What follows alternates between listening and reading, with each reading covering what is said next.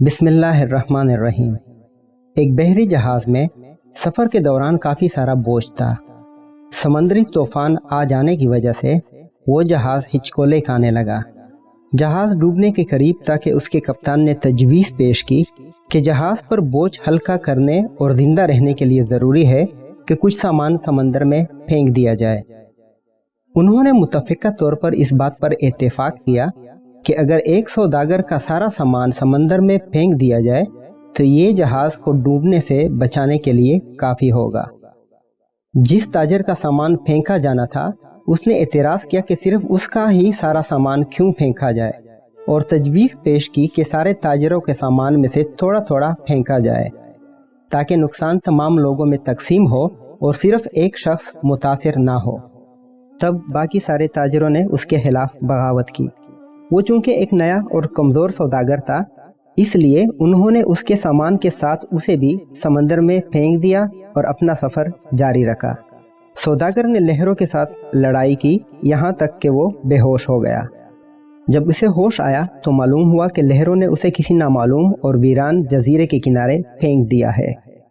سوداگر بہت مشکل سے اٹھا اور سانس لیا، یہاں تک کہ وہ گھٹنوں کے بل گر گیا اور خدا سے مدد کی درخواست کی اور کہا کہ وہ اسے اس تکلیف دہ صورتحال سے بچائے۔ کئی دن گزر گئے۔ اس دوران تاجر نے درختوں کے پھلوں اور خرگوش کا شکار کر کے گزارا کیا۔ وہ قریبی ندی سے پانی پیتا اور رات کی سردی اور دن کی گرمی سے اپنے آپ کو بچانے کے لیے درخت کی لکڑی سے بنی ہوئی ایک جھونپڑی میں سوتا۔ ایک دن تاجر اپنا کھانا بنا رہا تھا تو تیز آندھی چل رہی تھی اور اس کی لاپرواہی کی وجہ سے اس کی جھونپڑی میں آگ لگ گئی۔ لہٰذا اس نے آگ بجھانے کی کوشش کی لیکن وہ کامیاب نہ ہوا، یہاں تک کہ آگ نے اس کی پوری جھونپڑی مکمل طور پر جلا ڈالی۔ یہ دیکھ کر سوداگر زور زور سے چیخنے لگا، کیوں میرے رب، میرے ساتھ ہی ایسا کیوں کیا؟ مجھے غلط طریقے سے سمندر میں پھینک دیا گیا اور میرا سارا سامان ضائع ہو گیا، اور اب میری جھونپڑی تک جلا ڈالی۔ میرے پاس اس دنیا میں کچھ بھی نہیں بچا اور مجھے اس اجنبی جگہ پر تنہا بے یار و مددگار چھوڑ دیا۔ خداوند، یہ ساری آفتیں مجھ پر ہی کیوں آئی؟ اس رات سوداگر غم سے بھوکا ہی سو گیا۔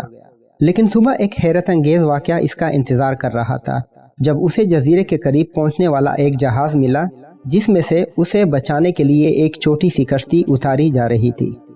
جب سوداگر جہاز پر سوار ہوا تو خوشی کی شدت سے یقین نہیں کر پا رہا تھا۔ اس نے ان لوگوں سے پوچھا کہ انہوں نے اسے کیسے ڈھونڈا اور اس کا ٹھکانہ کیسے جانا۔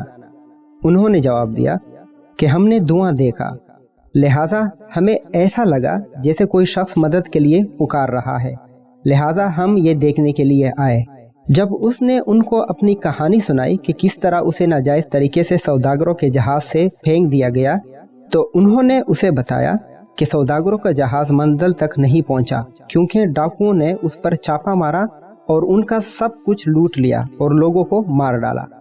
تو سوداگر روتے ہوئے سجدہ ریز ہو گیا اور کہنے لگا کہ اے میرے رب، تمہارے سب کام اچھے اور حکمت سے بھرپور ہیں۔ تو دوستو، اگر آپ کے حالات بگڑ جاتے ہیں تو خوفزدہ نہ ہوں اور حوصلہ نہ ہاریں۔ بس اتنا بھروسہ کریں کہ خدا کے ہر فیصلے میں کوئی نہ کوئی حکمت چھپی ہوتی ہے جو کہ ہم جیسے گناہگار انسانوں کو نظر نہیں آ رہی ہوتی۔ صبر اور شکر سے اپنے آنے والے اچھے دنوں کا انتظار کریں۔ اللہ ہم سب کا حامی و ناصر ہو، آمین۔